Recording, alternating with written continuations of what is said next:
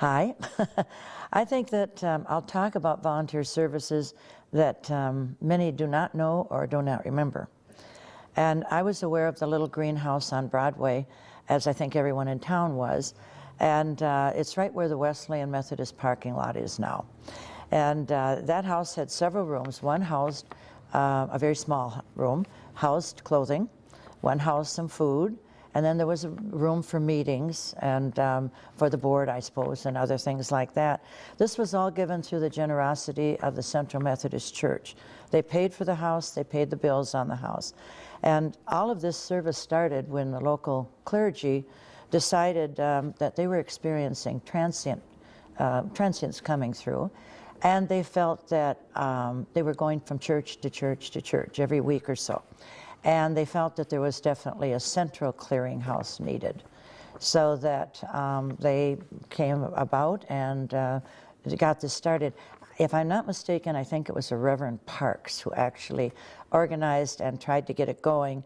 And I do remember that Barbara Jilk and Diane Sharmer were early in those late 73 to 80 or so, were the directors then who helped get everything going.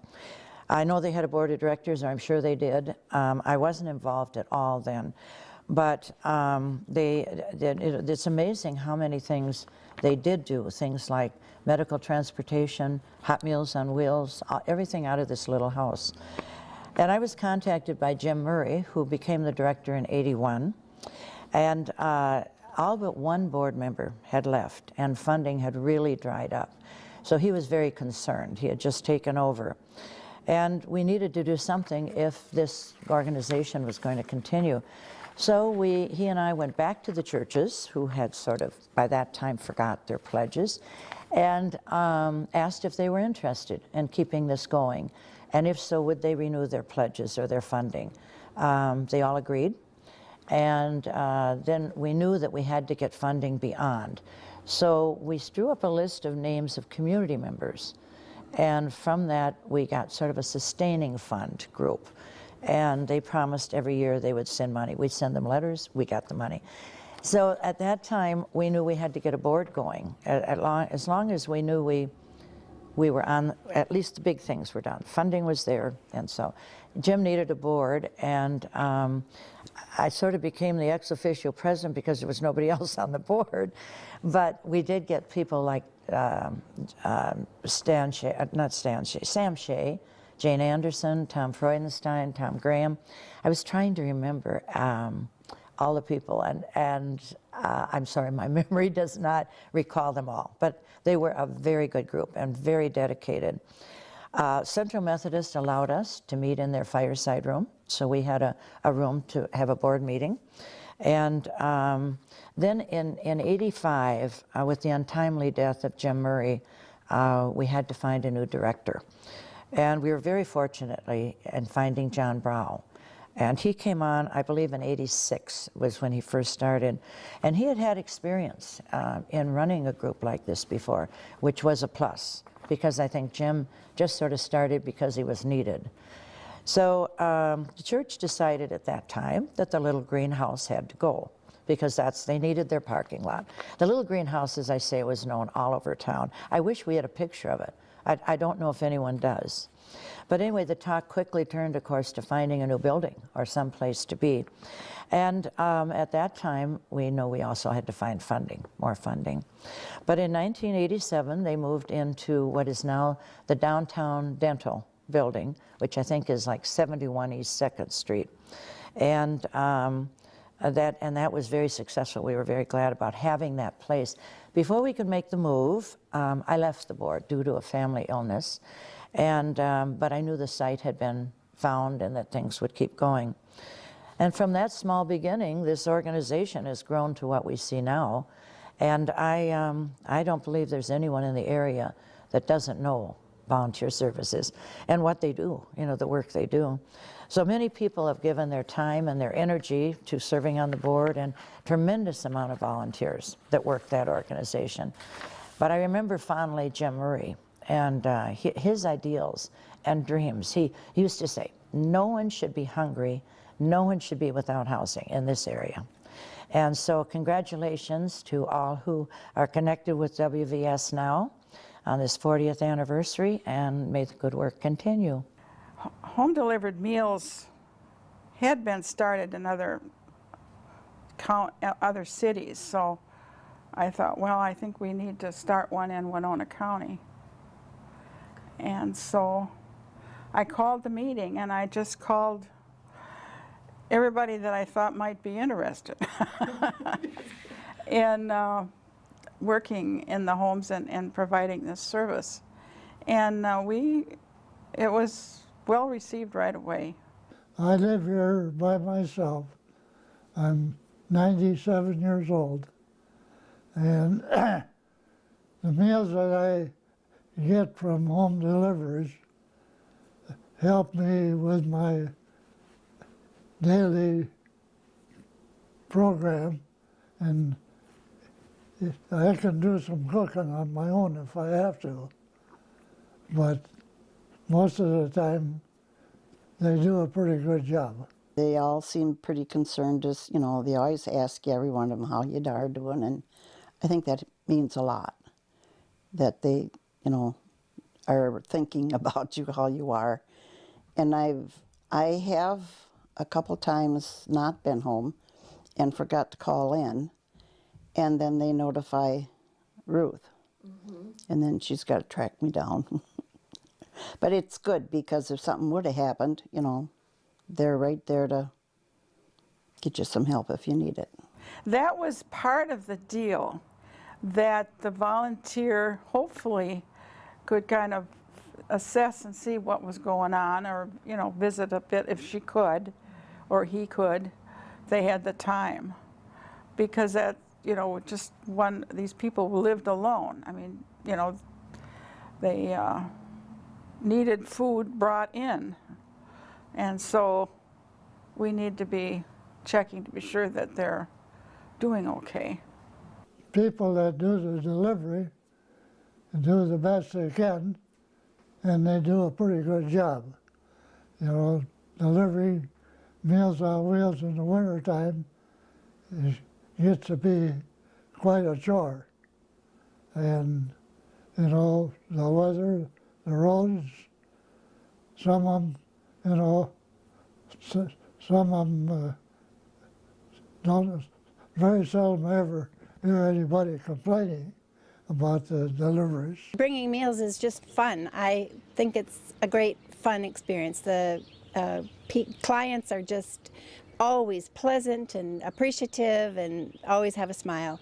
Yes, it was well received right from the start. We wanted to call it Meals on Wheels because everybody knows what that means. And that it just kind of rolls off the tongue, you know. But that was, there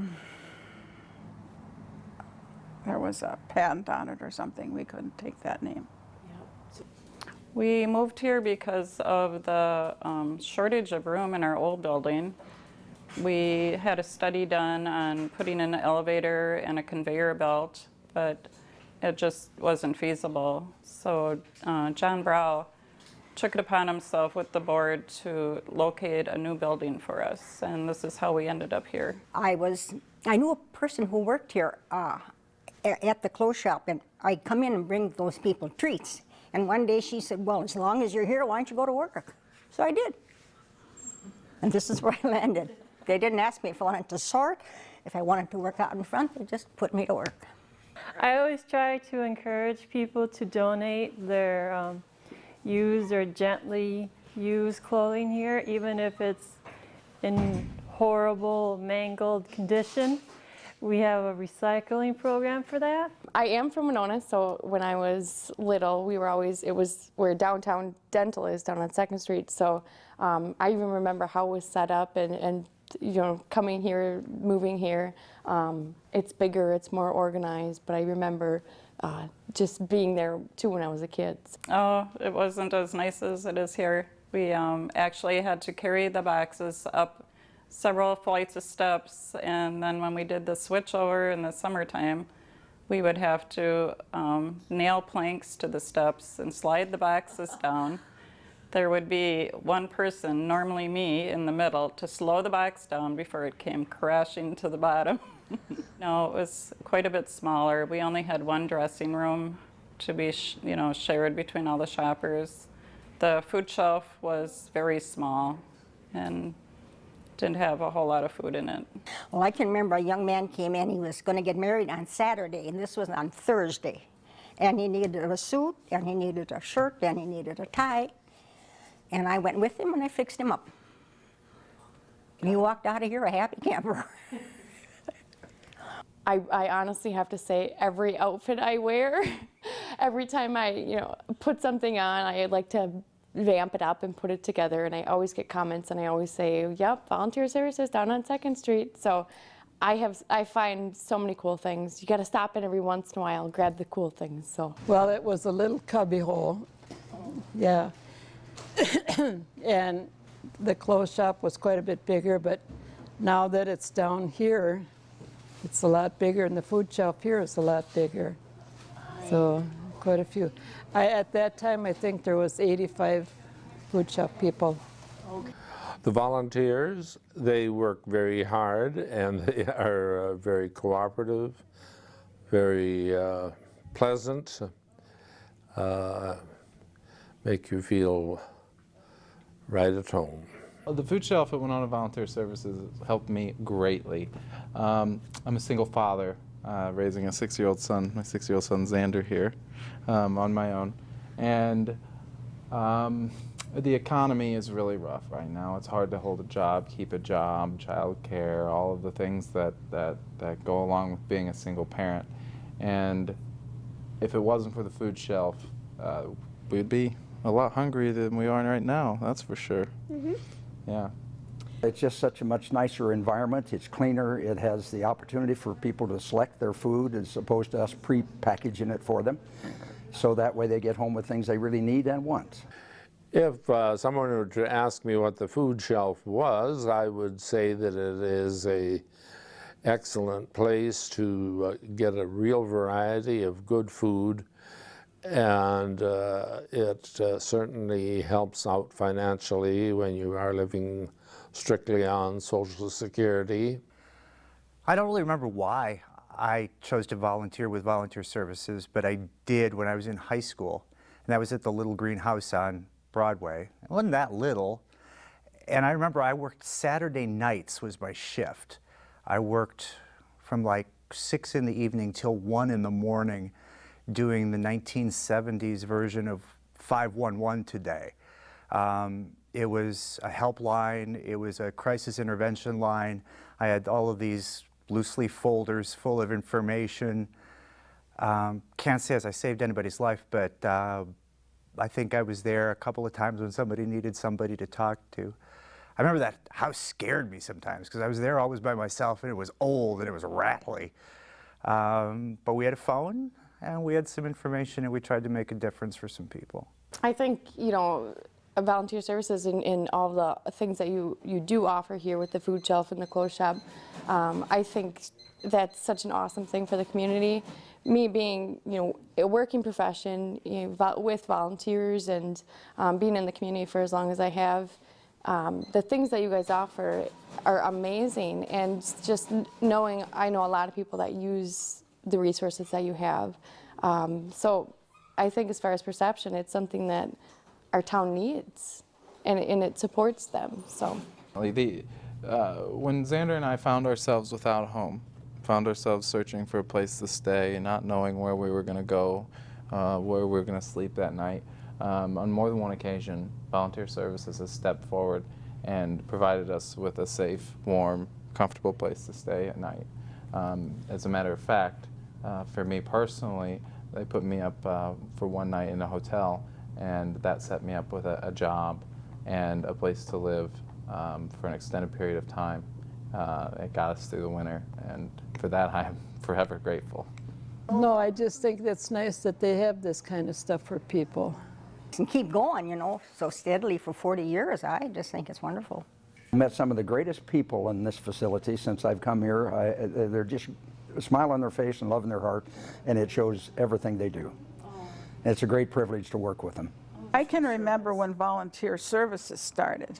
You can? Yeah, that's a long time ago, but you've really expanded and really filled some niches that really needed to be filled. Done a good job.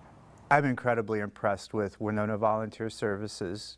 I've had a chance to talk with some of the folks who were instrumental in founding the organization, and they didn't start out with a lot. And they were doing a job that a lot of people really didn't take seriously, but they very much did. And I mean, and look at what volunteer services is today. Yeah, it's a food shelf, sure, but it's a clothing shop, sure, and those are very important things. But moving ahead to financial freedom, providing financial literacy and other education for lower income folks and for our seniors and our college students. I mean, they're making a huge difference. They're a clearinghouse to make sure folks know what resources are available in the community. I can't say enough good things about those folks. They're a terrific resource.